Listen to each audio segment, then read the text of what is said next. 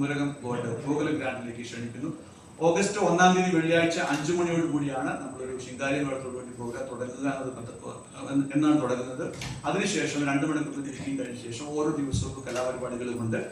2-ാം തീയതി സാറ്റർഡേയിൽ നമ്മൾ ഭാഷകളുടെ ഒരു പദ്ധതി ആ ഒരു പ്രോഗ്രാം തുടങ്ങി.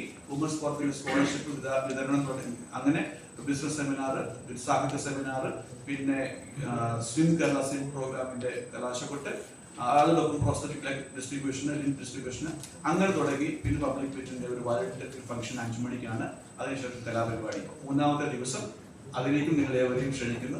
വേമ്പനാട്ട് കായലിലൂടെ ഒരു ഉല്ലാസ യാത്രയാണ്. 2 ദിവസം വർക്ക് ചെയ്ത് മടുത്തു കഴിയുമ്പോൾ നമുക്ക് ഒരു അല്പം റിലാക്സേഷൻ വേണം. അപ്പൊ അതിന്റെ ഭാഗമായിട്ട് വേമ്പനാട്ട് കായലിലൂടെ ഒരു ബോട്ട് യാത്രയാണ് 3-ാം തീയതി പ്ലാൻ ചെയ്തിരിക്കുന്നത്. അതോടൊപ്പം ഓഗസ്റ്റ് 6, 7, 8, 9, 10 അടുത്ത വർഷം 2026 ഫൊക്കാനയുടെ ഫിനാലെ കൺവെൻഷൻ കലഹാരി റിസോർട്ട്.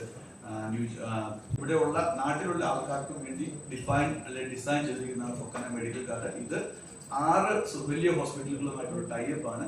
തുടങ്ങിയത് 2020 കൊച്ചിയിലെ രാജഗിരി ഹോസ്പിറ്റലുമായിട്ടാണ്. അന്ന് ഞാൻ ജനറൽ സെക്രട്ടറി ആയിരുന്നു. ഇന്ന് പ്രസിഡന്റ് ആയപ്പോൾ ആ ഒരു ഐഡിയ ഒന്നുകൂടെ എക്സ്പാൻഡ് ചെയ്തുകൊണ്ട് കേരളത്തിൽ അങ്ങോളം ഇങ്ങോട്ടുമുള്ള 6 നല്ല വലിയ ഹോസ്പിറ്റലുകളെ ഉൾക്കൊള്ളിച്ചുകൊണ്ടാണ് ഈ ഫൊക്കാന മെഡിക്കൽ കാർഡ് ഉള്ളത്. ഇന്ന് രാജഗിരി ഹോസ്പിറ്റലോടൊപ്പം കോട്ടയത്തിന്റെ തന്നെ ഇവിടുത്തെ ചാമ്പ്യൻ ഹോസ്പിറ്റലായ കാരിത്താസ് ഹോസ്പിറ്റൽ അതിന്റെ പാർട്ടാണ്. അതോടൊപ്പം പാലായിലേക്ക് പോവുകയാണെങ്കിൽ മാർസിലിവ മെഡ്സിറ്റി ഹോസ്പിറ്റൽ അതിന്റെ പാർട്ടാണ്.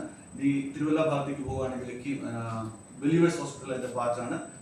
തിരുവനന്തപുരത്തേക്ക് പോവുകയാണെങ്കിൽ KIMS hospital Thiruvananthapuram, Kozhikode baby memorial